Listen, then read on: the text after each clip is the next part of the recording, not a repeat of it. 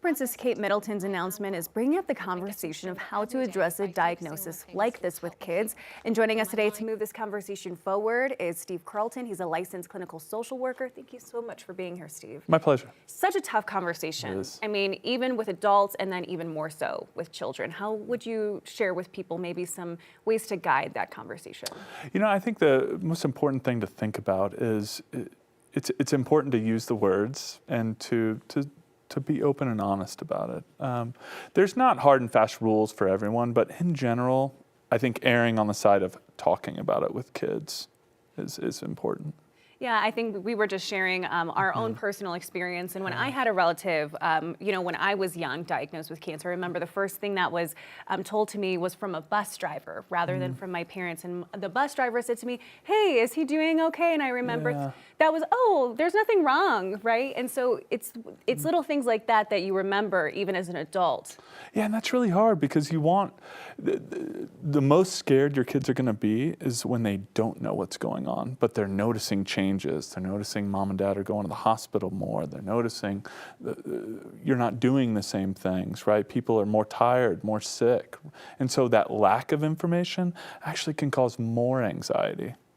Right, and even though maybe people think that not speaking about it may shield children from not knowing, and maybe it's not something that they might understand, but ultimately they do pick up on those little things. They will. There's going to be disruption in the home if somebody gets diagnosed with cancer. There's going to be changes. There's going to be more emotions, right? And so having that conversation, allowing your kids to talk about it, to ask the questions they need to ask, even if you don't know the answers, is really important, being proactive. When it comes to the differences between children's ages, right? Young kids versus older kids, what are maybe some of the different ways that you would, share with parents to address that with kids of different ages? With young kids, they really associate being sick with being contagious. And so I think with cancer in particular, you're really wise to at least acknowledge to your kid that this is not something that you can catch. And I would use the words. I would use the particular diagnosis. I would explain that there's lots of different kinds of cancers, and this is sort of the types of treatment that we're going to be doing, and this is how your life is going to change. With little kids, it's really important to give them a heads up about what is going to change in their life.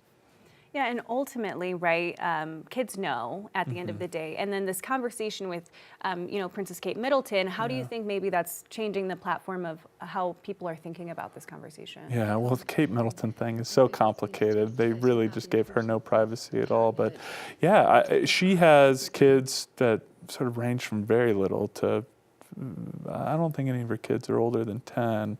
But regardless, using the word cancer as opposed to being vague, they're sick, they're getting treatments, like be specific. I think that's important.